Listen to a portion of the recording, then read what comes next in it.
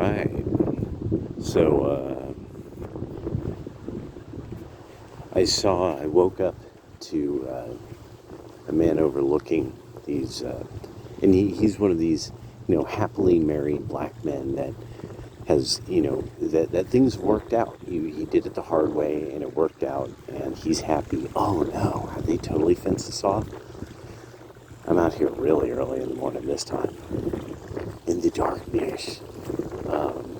Looks like they might have totally fenced off this little walk area. Oh no.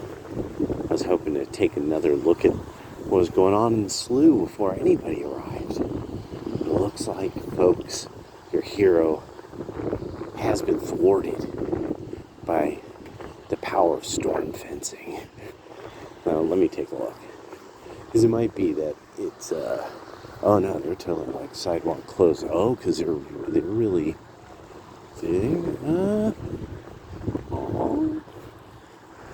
oh, let's see. No, I could see the sidewalk still there. Okay, let's take a look. Let's see if I could get through here. Okay. This would be pretty nice to get through here. Oh, yeah, okay. No, they were cool. They were cool. Alright. Nobody's gonna be giving Donovan the business. Give me a look like, why are you walking where there's a sign that says clearly, don't walk here. Look at that. Look at the beauty of this. Look at that nice sweeping. Lately, this has been happening a lot with building here. Very, very beautiful ways of having these nice curvatures in concrete. I really hope this is picking this up. But look at that. Look how wonderful that is. See, so when people are like, oh, Oregon, this and that, and it's like, no. It's so fucking terrible that Portland is menaced. But and I want people to really get this idea. The feds went out of their way to not do anything about Antifa. These are a group of people that could have been geofenced very quickly figured out. Here we go. Let's actually show something pleasant while I rant. They could have been very quickly figured out. Andy Ngo has more than enough information on them. Elon Musk has to have a whole bunch of their account information and IP address records of the various IP addresses that they've used. All of that. Look at that. Look at it. Look at that. That's just so great. With this lightly rolling water, it's great. Yeah, see, they were cool because the bicyclists, like, this is a key corridor. Like, if you were to try to take the streets around here, it can be pretty rough, especially at about this time in the morning. Soccer bros up early as fuck. Getting their soccer bro on. Or is that, no, it's fucking, is that football? Rugby? What the hell? Oh well, might be football. Actually, it's very likely football. Yeah. So the whole thing is that Antifa could have been rolled up. They went out of their way not to. And this has something to do with whatever the Democrats have been getting up to over about, specifically through the Trump period and now through the last administration.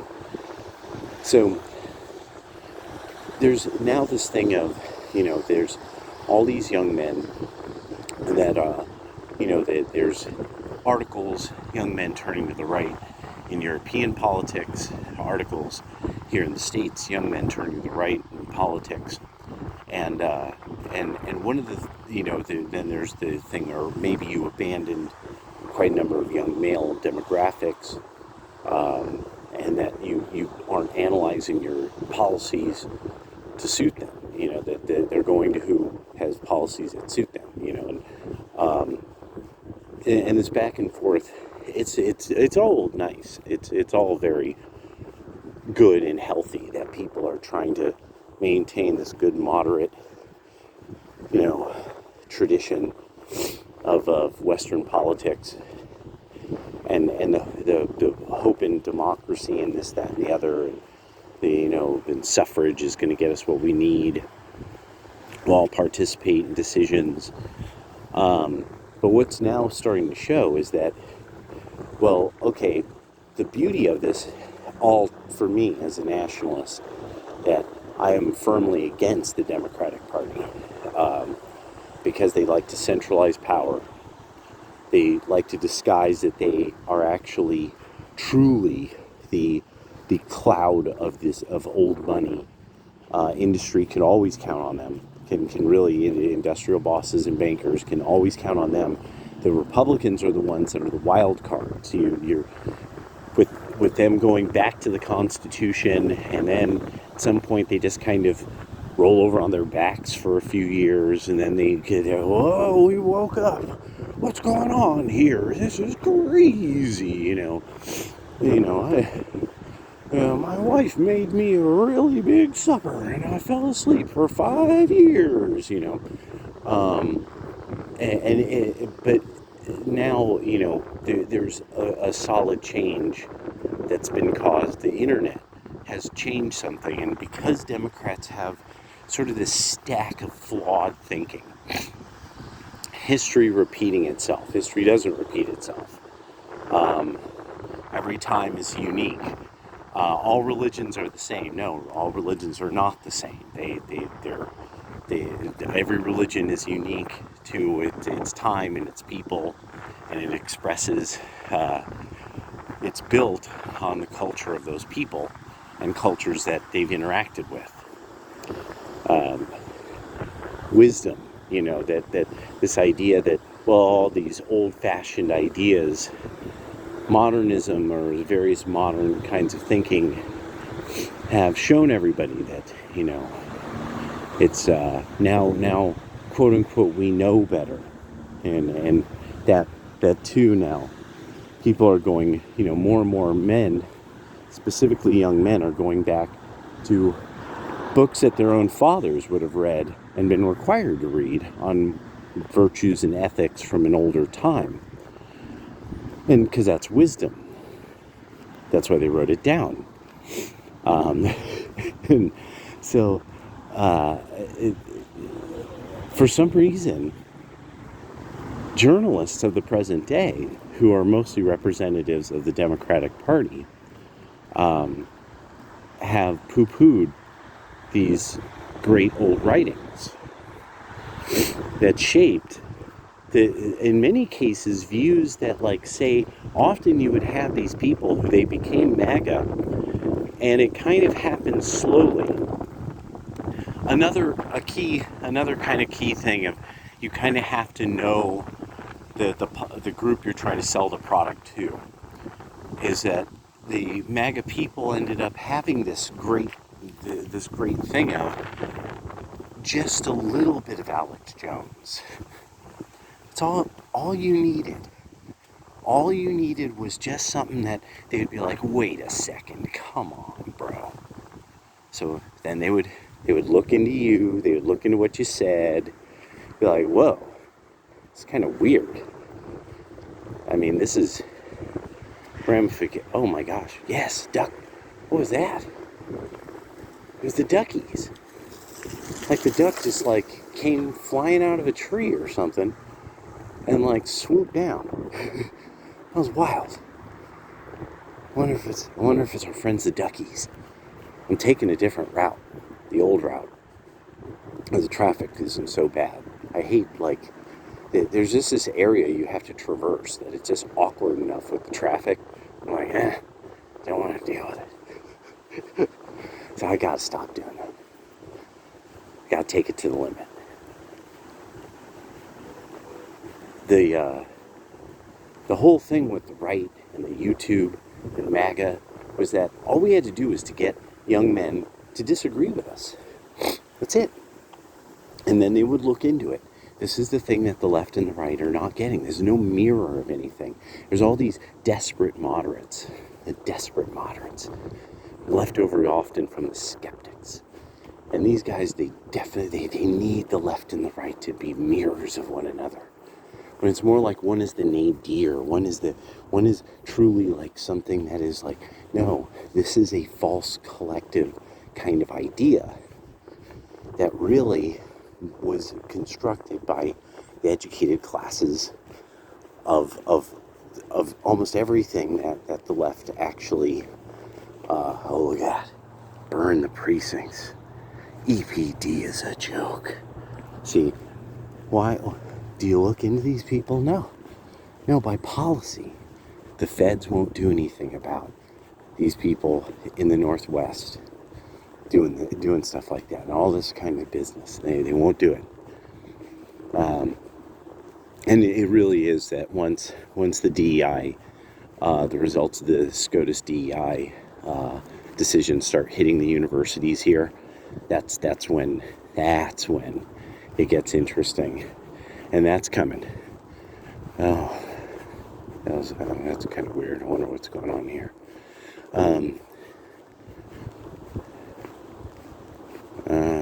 Okay. This is odd. So, I started thinking about, there was this woman was talking about, like, kind of the men walking away from this and that, and it was, and I understood, I like thought about it, and I really did understand, like, to her point of view, she was thinking of this, like, yeah, this is, you all are turning on us. That it was a black woman speaking to black men about Kamala, saying, you guys are turning on us. Why are you turning on us? And then it got ugly. Then it got really ugly. And I'm like, that's it. Do you understand at some point that comes out of you and you terrify men? Women really have not taken seriously, like the left hasn't taken seriously. At some point you casually said something that it's like, that's not normal. And you convinced people. You convinced them. They had kind of this inkling that something was a little funny about you, or, that you were but they were like, who am I to judge? They were desperate. They were trying to be desperately moderate.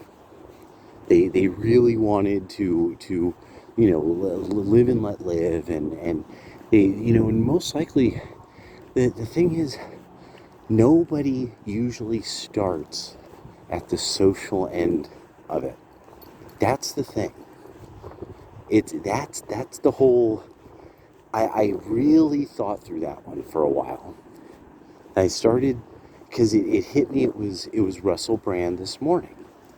When Russell Brand, I forgot he had converted, similar to Shia LaBeouf had converted. And I was thinking about it. I'm like, it never starts social or spiritual or religious. It always starts with just disagreeing on some usually economic or issue of international or domestic policy or something. And then the left seals the deal. And they say something casually. They did, or they're a part of their argument is something so openly ignorant or bigoted that there's no way back. It suddenly hits you. You're like, wait, no, but like there's at one point there was somebody I was discussing something with, and I was like, the petrodollar, blah blah, and this person had never heard the term petrodollar. And so I was really sitting there like, wait a second, you're quite a bit older than me. You never heard the word petrodollar. And it's just, and more I kept having these moments where I'm like, okay, yeah, the Fauci and the vaccine, yeah, blah blah. No, it's congressional testimony, and I didn't hear anything about that. And it's like, oh, so you're an ignoramus. You don't know what the fuck you're even talking about. You're just insisting you're right. okay, and and so that's, you guys keep sealing the deal that way, and I think you all get that too. You get found out as either not being able to go through the logic of something very well, or you get found out as not even knowing the subject very well, or that what you're trying to do is something even that almost, and this is the hardest one. This is the one that really has lost you, because there's policy disagreements. But the one that's like, now people convert to being religious because you have freaked them out so much, is when your mealy-mouthed, dodging kind of arguments show something nefarious.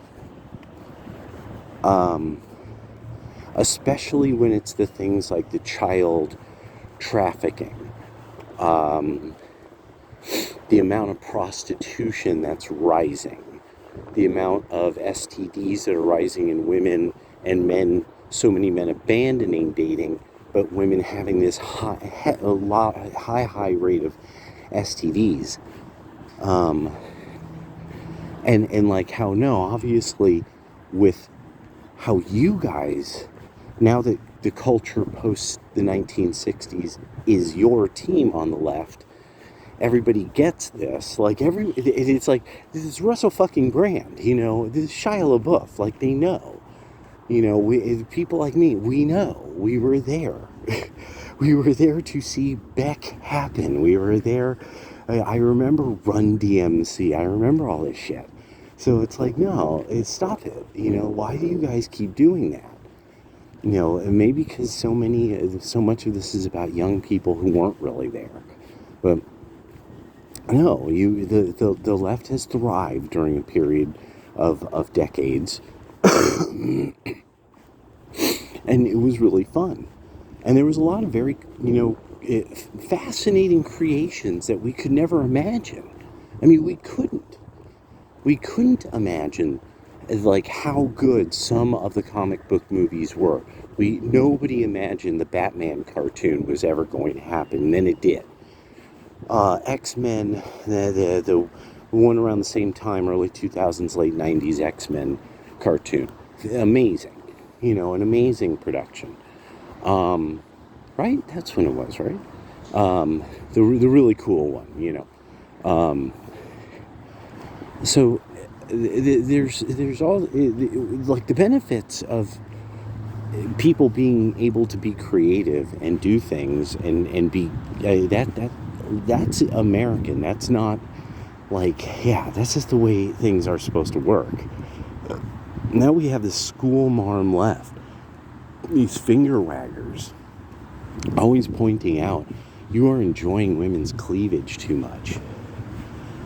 Yet, when you're like, there are seems like there's a lot of prostitutes out on Figueroa. And they're like, that's a rumor. That's a mythological rumor made up by the crazy MAGAs.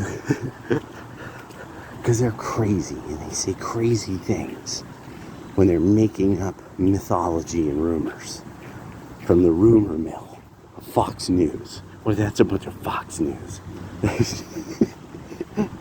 and that's the best you got. Over and over and over again. That's the best you're providing as like this counter argument, this counterbalance to like good, solid criticism of, yeah, you guys never, the receipts really aren't on your side. They're frequently not on your side. You frequently end up looking stupid. Everybody on the internet knows kind of what's up. Like, why do you keep playing this game? What is it getting you? And now you all are figuring out, like, oh shit, the right's actually playing like an adult version of the game. Like, they're playing the advanced version. They have decided they are switching it from easy mode to hard mode. And now with the decisions that have been made judicially, more and more, you're having to actually deal with the Constitution as it's written. So again, you keep showing everybody, convincing them. We're like, they don't like the Constitution. They over and over and over again, this fucking party, they are known for violating the Constitution until they are stopped by overwhelming Republican Party power. The Republicans stay in power for a short while. They lose power, usually rolling onto their back, and often doing something, just taking some issue a little too far. And then the Democrats, because they have old money behind them, and they could throw tremendous fortunes behind, and foreign money, and especially the banking infrastructure, really, yeah. But there's also this problem. Anybody who has that kind of power all the time, at some point, they have to have too much corruption. The Republicans are good because you see that they actually want to construct a rule system so that the different parties can really compete against one another.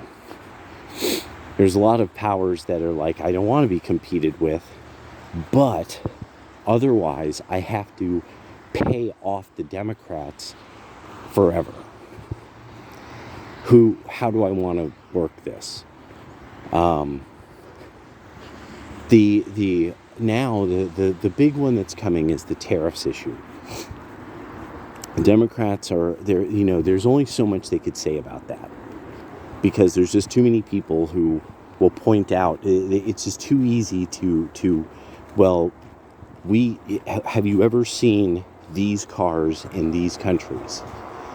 Do you see these products in these countries? And everybody will know, like, yeah, we make those. No, you don't see them there. Yes, I visited there. No, people don't drive those there. So it's now this issue of, well, also, the young are only valuable in the labor force if there's not a lot of them, because they'll become more rare. The young and able and ambitious. If you want to compete for them, you can't have armies of almost free labor that don't really have rights. Always, because there's no way, they have to be naturalized. There's no way by the Constitution that could just be given amnesty. That's not constitutional. There'll be so many lawsuits, these people's amnesty will be forever caught up in the courts. So they'll never have rights. That's what you did to the DACA people. You thought you were going to get an easy score, and you thought that the Republicans were on their back and with their feet in the air, and no, they were on top of it, and they're like, no, you can't do this. They have to go through the naturalization process. There's this entire thing here. It's in the Constitution, and so this woman got so ugly about Black American men leaving Kamala, and it really showed a thing that has to be understood about you ladies, like the liberal vote, like the Democratic Party. You've convinced men, like, you've convinced them that they should go into the trades, that whatever this is going on with college, it's, they by 30, 35, if they work diligently, they will have enough of a nest egg that they could just start investing from home via their computer, and they could get literally a part-time job from that point and be able to pay off their mortgage and live a modest lifestyle. So you've convinced them that you've made it clear to too many men, like, well, if I meet somebody nice, maybe, I don't know, maybe, I don't know, and you've convinced too many of them that they're like, well, have you ever heard, like, they see these videos, on social media all the time, and and also the morning, these fellas aren't hatched. We've had uncles who told us these things. We saw our dads go through this. Ladies, you're convincing these young men. Don't go near them. Don't go near these girls. Stay away from those girls. They're nothing but trouble. Dames are nothing but trouble. You're convincing them of this. And it's just really interesting now how the left is, and that there's this thing going on with the media, and sort of this portion of older liberals that, and this one I've started to think of, that I'm like, I really think the older liberals think of sort of these young, violent, wacko-looking, weird people, these odd functionals, and Marxist tripe, that these types are like some kind of like children of the revolution, or something, and they some weird going on that's very egotistical, and like, yeah, you have to stay a revolutionary, yeah, long live the revolution, and that kind of shit. And so I'm sitting back and I'm like, I think this really is like, boomer fuck-ups, like boomer liberal fuck-ups. They can't really deal with, their kid could have been a contender. They're not. And this is what they have now, living vicariously through, people ruining things. And so it's now this thing of like, you keep convincing more and more and more and more men, like, oh no, crazy people should be allowed to stab. The Muslims are, it doesn't matter anything they do ever. They're never wrong. No, it's that the Christians have white powers that make them crazy, like the black people. It's just, at a certain point, it's just like, you just convince everybody, and more good, like nice black guys. Like, that's what's the other one I'm starting to pick up on. These like second, third generation Africans, Caribbeans, nice black guys that are like, I don't want to live in a world where I have to be gangster all the time. Like, I'm not raised that way. Like, I'm raised in a normal American suburb. It's I have friends of all types. I don't understand why it's specifically the liberals that are being so uncool all the time. Every time something is enjoyable, they come along and they mess with it. And I don't get it. And then, if I don't agree with them, I'm the one who's not being black. You're not agreeing with the weird white woman. What's wrong with you, black man? And so, don't you understand? It's not about you, it's about the revolution. And it's like, wait. So the revolution has something to intrinsically do with the outcomes of weird white women. And, and more, I haven't needed to convince men. I haven't needed to. All I have to do is kind of coax them along. And then at a certain point, and usually the coaxing is sparring in a way. Like, it's sparring back and forth. This is one of the issues with the real way genuinely men behave with one another. That's also another strange thing online that keeps coming up, that people just say very strange things online about what they think men do together in camaraderie. It's interesting. It says a lot about the way that people got troubles with the blokes, what's going through their fucking head. So it's usually a sparring session in a way, where me and this cat are going back and forth about some kind of point that I'm making or they're making. And what it is that a lot of times men want to have, they want to be technical. They want to win by technique, not just by kind of this raw strength of argument. That really they want a good technical win, that it's a piercing blow, that the other person knows. They're like, how did you do that? How did you train that? And so, like, Stefan Molyneux is one of these people.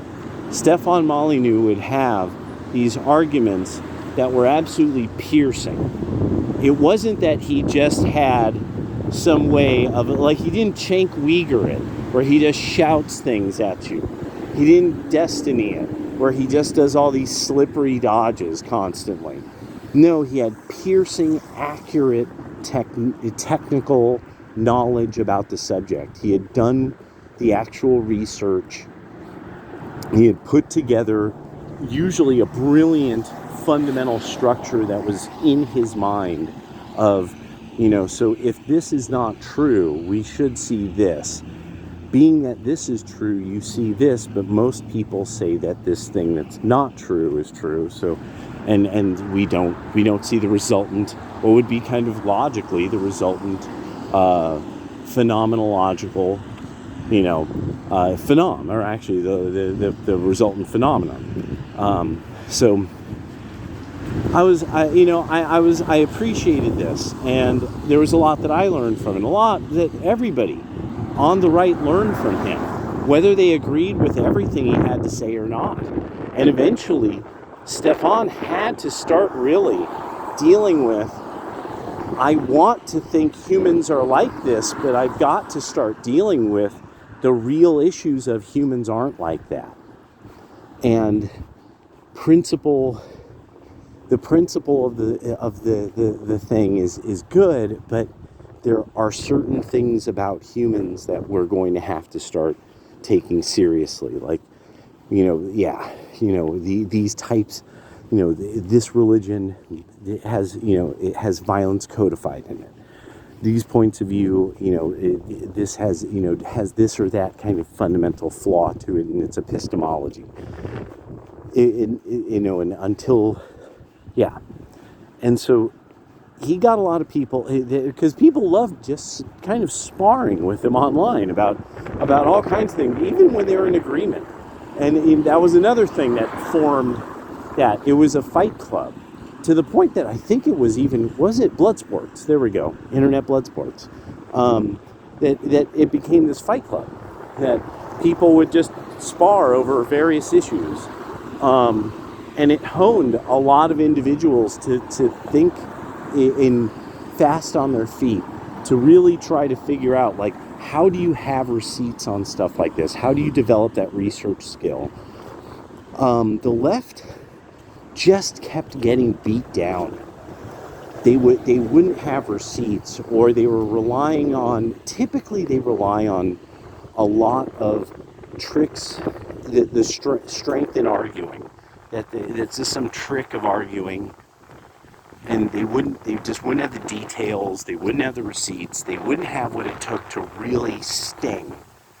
And if the person who they were dealing with on the right knew their stuff and had the technique and had the technical knowledge, they would sting them. And they would sting them in a way that it was like, well, okay, he got you, you're dead, 420 headshot. But, I mean, you could still keep arguing, I suppose, because we're all having a good time. And that's how it was for the left. Like, oh yeah, keep dancing monkey, and so this is kind of fun. This is kind of dank, laughing at the dancing monkey. And the left hated that. The left really hurt. Like, a lot of these people and that these people like became like wackos. Like they would say wacko shit to people on the right all the time. There's this sort of world of demonizing certain people and fucking with certain people who have shifted rightward, and they shifted that way. That was the beauty of it too. Is there's some people that they're like considered sort of infamous on the right. There's this person, this woman, she knows Russians. She ate a Bialy, Russian Jewish mafia. I mean, like, so it's and so